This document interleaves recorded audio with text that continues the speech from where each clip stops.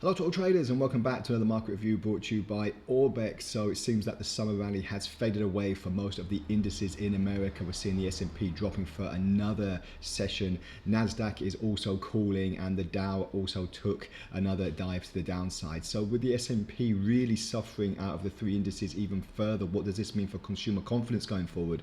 And also what does this mean for the Fed as well? But we've already been hearing talks of another rate hike on their 1st of November meeting, and that rates will stay higher for longer and there won't be any rate cuts until possibly the summer of next year. So this has really given a bit of a hammer blow for not only the American economy but also globally as well. But we're really seeing these effects in the news as well and on the chart. So let's get straight in to the price action from the last few days. And since we've seen this move to the downside from the S&P, we've seen this particular area being broken here, which gives us the signal, you should say, that price action could keep falling even further at the moment. So this is the next step that we're going to be taking. We're looking like it might even be reaching 4,100, possibly 4,000 by the end of this trading week. There's not obviously long to go before that, but it is looking likely that after the weekend gap that we saw, after the really big pressure that we're seeing on the American economy and the possible recession worries that are coming back, as I said, consumer confidence and confidence in general is really starting to take its toll as well. So with that being said, where do you think these indices are going next? We are looking at all the possible scenarios because we are now seeing a possible move even lower. The only saving grace that could be is that there is a slight divergence on the RSI here, which could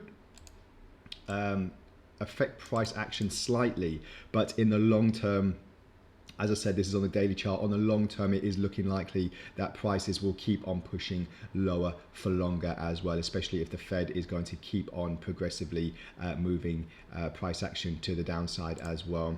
So we've got the NASDAQ as well. That actually, like I said, a little bit like the S&P, has seen multi-month lows, and this is something that is not really common because since the back end of last year, if you remember, we've had move after move to the upside, really progressively strong movement, as you can see here. Just as we come into 2023, this was the big push. We had a slight correction here, but as you can see, monumental moves to the upside, but now heavy resistance. Another move here to make a possible double top, but it didn't really reach that particular area before sliding lower.